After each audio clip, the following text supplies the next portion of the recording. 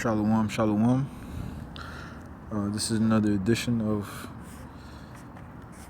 East Edom's Perpetual Hatred in a book of 100 Years of Lynchings by Ralph Ginsburg. I'm going to start off by giving all praise, honor, and glorification to YAHAWAH, Bahashem, YAHAWASHI, Bahashem, RAWCHAA QADASH. Double honors to the apostles and elders of Great Millstone, our teachers, my teachers, and salutations to the believers, the Akim and the Aqua, that patiently wait on the return of our Lord YAHAWASHI. Alright, so this is an article from Montgomery Advertiser, written on November 11, 1912. Buggy collision incites mob to lynch Alabama Negro. Wetumpka, Alabama is the location, November 10th. One Negro is killed and a posse of infuriated citizens in the neighborhood of Floyd, Elmer County, are hunting a second Negro with the aid of the state penitentiary dogs tonight. The two Negroes earlier in the day killed John Chrisidsburg, an Elmore County farmer, and later one of them, Bernie, killed Claude Kidd, one of his pursuers. It is learned here that Mr. Chrisidsburg's two daughters were on their way to church when they met the two Negroes driving in an opposite direction. The young woman drove as far to the side of the road as possible, but the wheels of the vehicle driven by the Negroes locked those of the Mrs. Chrisidsburg's buggy, causing the horse to run away.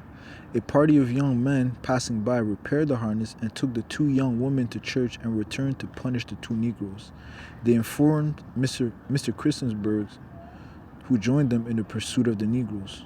Overtaking two Negroes in advance of his party, Mr. Chrisidsburg attempted to horsewhip both when one of them shot Mr. Chrisidsburg through the body, inflicting serious, if not fatal, wounds. After the shooting, the Negroes took to the woods and it was necessary to get the penitentiary dogs to follow. A large number of the citizens joined in the manhunt.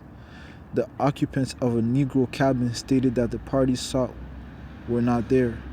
Believing the Negroes to be secreted about the cabin, some of them went inside and noticed a loft overhead. Claude Kidd, one of the pursuers, mounted a rickety table,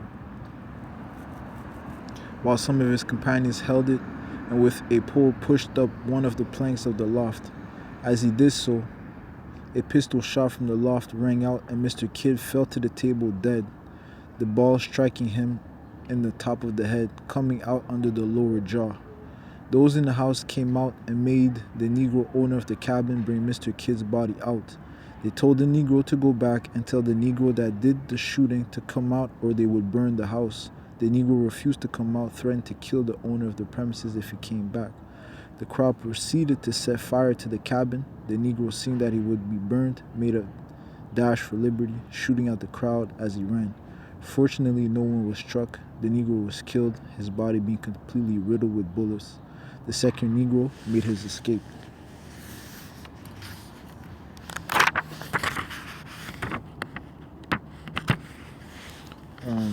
This is from the Atlanta Constitution, written on February 9th, 1913. Second Negro lynched for crime of one man. Houston, Texas, February 8th. A mob of 1,000 persons conducted a mock trial in the courthouse yard here today. Found David Rucker, Negro, age 30, guilty of murdering Mrs. J.C. Williams, and in the presence of a sheriff and two deputies who were powerless to act, chained him to a steel pump in the middle of the yard, soaked his clothes with oil, piled wood about him, and burned him alive. Rucker was the second Negro to die for the murder of Mrs. Williams, who was clubbed to death in her home in the daytime Thursday. Friday, a mob hanged a Negro named Andrew Williams for the same crime. Williams' innocence has since been established.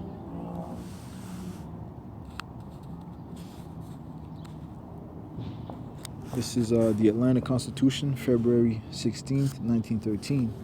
Negro preacher is found swinging from a limb. Shreveport, Louisiana.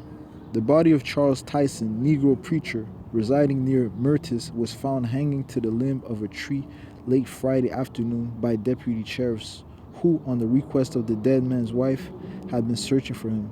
It is not known who did the lynching or why.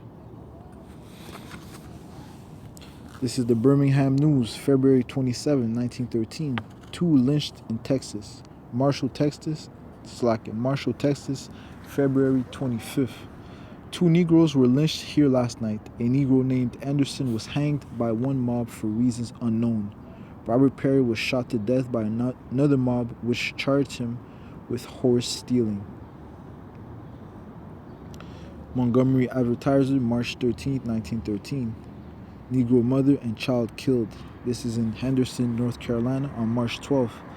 2 Negroes, a woman and a child, were killed and 2 Negro men probably fatally wounded early today when unidentified persons, after pouring kerosene on the home of Joe Perry, a Negro living 10 miles from this place, set it on fire and poured a fusillade of bullets into the blazing structure as his occupants attempted to escape.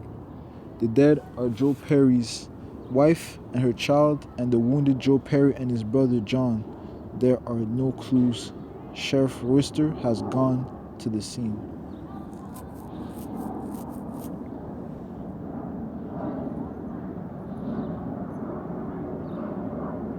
This is the Montgomery Advertiser again. Written on June 6, 1913. Post bail and is slaughtered. Beaumont, Texas, June 6. Richard Galloway, Negro, accused with 2 others of attacking a party of white men last Saturday, was riddled with bullets today as he left the jail after electing to go free on bail. His 2 companions have decided to remain in prison pending a hearing. All right. Let's go into some precepts. Through the spirit of YAHAWAH, YAHAWASHI.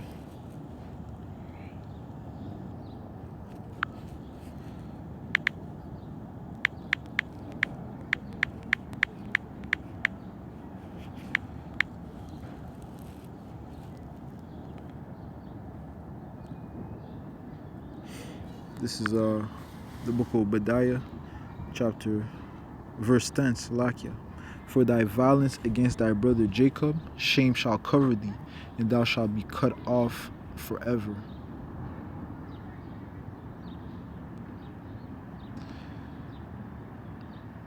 Verse 12, but thou shouldest not have looked on the day of thy brother in the day that he became a stranger, neither shouldest thou have rejoiced over the children of Judah in the day of their destruction, neither shouldest thou have spoken proudly in the day of distress. Thou shouldest not have entered into the gate of my people in the day of their calamity, yea, thou shouldest not have looked on their affliction in the day of their calamity, nor have laid hands on their substance in the day of their calamity.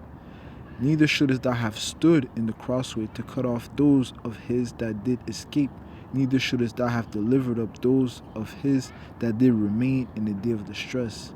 For the day of the Lord is near upon all the heathen. As thou hast done, it shall be done unto thee. Thy reward shall return upon thine own head. For as ye have drunk upon my holy mountain, so shall all the heathen drink continually. Yea, they shall drink, and they shall swallow down, and they shall be as though they had not been.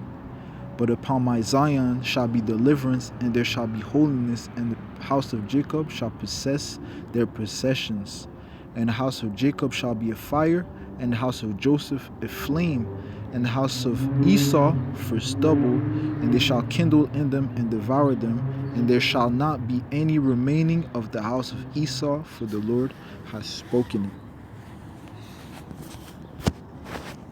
That, I'm going to give all praises, honor, and glorification to YAHAWAH, BaHaShem, YAHAWASHI, BaHaShem RAWCHAA QADASH.